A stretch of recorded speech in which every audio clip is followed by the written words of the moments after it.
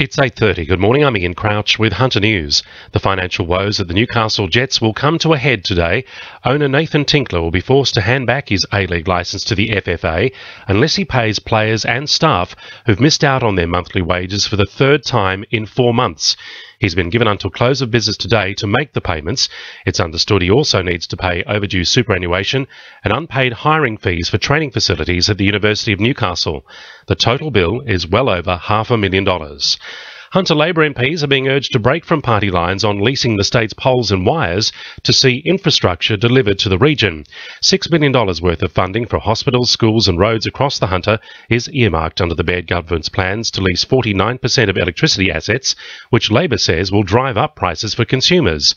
Parliamentary Secretary for the Hunter, Scott McDonald, says politicians such as Port Stephens MP Kate Washington have a choice to make if they want to see projects such as Stage 4 of the Nelson Bay Road upgrade go ahead. Sydney Sussex Street, are treating the local MPs like puppets, and so the local MPs, such as Kate, have got a choice: either bow to Sussex Street and the ALP masters, or look after their communities. Newcastle Council admits its rate hike is tough but necessary. Homeowners will pay around $500 or more over the next 5 years as Council tries to get its budget back in the black. Council says it would have had to declare insolvency within 5 years unless the rate increase was approved by IPART. 2 surveys are now available for Maitland residents to have their say on managing the risks of future flooding in the area. The surveys are being undertaken by Council in conjunction with the New South Wales Office of Environment and Heritage and the SES to record the impact of recent floods.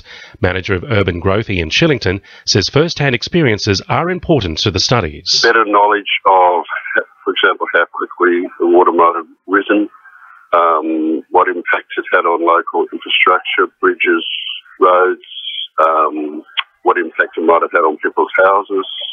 There was an impact on farms. It's to paint a better picture of the impact that the actual event had on the ground. There appears to be strong community support for an art gallery at Cessnock. A survey has found 89% of respondents believe there is a need for one in the city. However, a council report says the poll wasn't done randomly and is likely to include people who have a strong interest in the arts sector. Council voted last month against providing emergency funding to keep the gallery open. Community groups looking for a way to fund and promote environmental and water supply protection can now apply for Hunter Water's sustainability grants. One-off amounts of up to $5,000 can be sought, with the program looking to fund community-led initiatives in sustainability and education. Nick Kaiser from Hunter Water says more information is available by logging on to hunterwater.com.au/grants. And Hunter Water certainly looks favourably upon projects where we are not the sole source of funding for a particular initiative. Applications close June 9. Now with sport, Belinda Delaceris. The Newcastle Knights will be pulling out all the stops in the chase for back-to-back wins as they gear up to face Brisbane on Monday. Second rower Joseph Tapine joins the attack in place of Beau Scott, who's currently in camp with the New South Wales Origin side.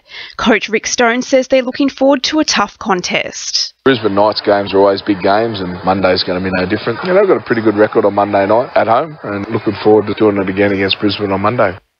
Meanwhile, Knights Chief Executive Matt Gidley is urging fans to expect more red and blue Origin recruits in the coming seasons, with Dane Gagai and Tarek Sims in the wing for call-ups.